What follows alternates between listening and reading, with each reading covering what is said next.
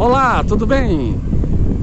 Hoje nós vamos fazer o nosso primeiro vídeo sobre filosofia em gotas homeopáticas. E eu escolhi esse local bastante apropriado, de frente ao maior cajueiro do mundo. Por que falar sobre filosofia aqui neste local? Primeiramente porque a filosofia ela nasce diante do assombramento, do deslumbramento do ser humano em relação a coisas inexplicáveis. E por que não falar de filosofia, falar do amor ao conhecimento, da curiosidade do ser humano diante de um fator como esse, de uma árvore que resiste à seca, de uma árvore frutífera com os seus frutos tão úmidos, tão suculentos, em meio a uma terra tão árida e com uma multiplicação de frutos tão grandiosos, de milhares de frutos e frutificando quase o ano inteiro, como neste local. Você pode olhar atrás de mim aqui, que parece ser uma cerca viva. Na verdade é a poda desse único pé de caju, que é formado por milhares de metros quadrados, de uma única árvore com várias ramificações. Então, primeiramente, vem a nossa pergunta central: o que é filosofia? Eu quero começar a te dizer o que não é filosofia. E filosofia não é a negação de Deus, como muitas pessoas acreditam. Filosofia não tem nada a ver com ateísmo, embora muitos filósofos gastaram parte da sua vida e das suas teorias para demonstrar a negação de Deus. Muitos filósofos, ao contrário, também o fizeram para demonstrar a metafísica, ou seja, a existência de Deus. Em segundo lugar, filosofia não é o estudo de teorias meramente difíceis, de teorias de difícil compreensão. Em terceiro lugar, filosofia não é o estudo da história da filosofia. Conhecer a história dos filósofos, conhecer a história das teorias filosóficas, não é conhecer a história da filosofia.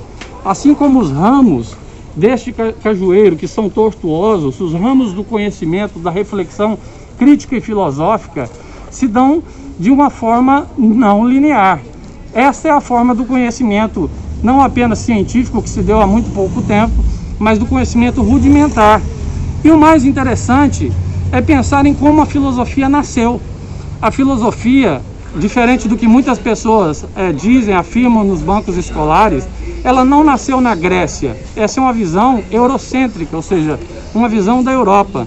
A filosofia, ao mesmo tempo que nasce na Grécia e depois reaparece em Roma, a filosofia nasce na Índia, a filosofia nasce na China, e a filosofia aparece antropologicamente, de acordo com os estudos mais recentes, em várias sociedades rudimentares de todo o mundo. Mais importante que tudo isso, os primeiros filósofos eram todos analfabetos, porque a filosofia nasce antes da invenção da escrita. Bom, a filosofia nasce, de fato, diante do assombro, diante do espanto, quando o homem olha para o relâmpago e não consegue explicar aquela faísca que brota dos céus, quando o homem olha para um cajueiro como este e não consegue explicar o porquê uma árvore se ramifica como essa. Esse questionamento, antes da ciência surgir e poder dar as explicações, desperta no homem curiosidade suficiente para a reflexão, fazer com que a filosofia fosse necessária. Finalmente, a filosofia se torna uma paixão, se torna o amor ao conhecimento. E esse conhecimento, essa paixão, passa a despertar um questionamento constante diante de todas as coisas. Não a negação de Deus, não a negação da verdade, mas o questionamento sobre todas as verdades pré-estabelecidas, todas as certezas que se dizem absolutas diante do universo.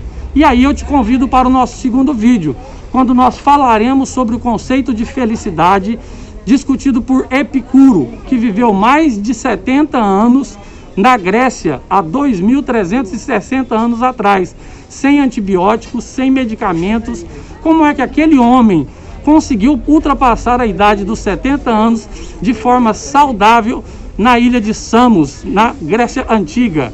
Eu quero te convidar para este vídeo. Não esqueça de se inscrever no nosso canal.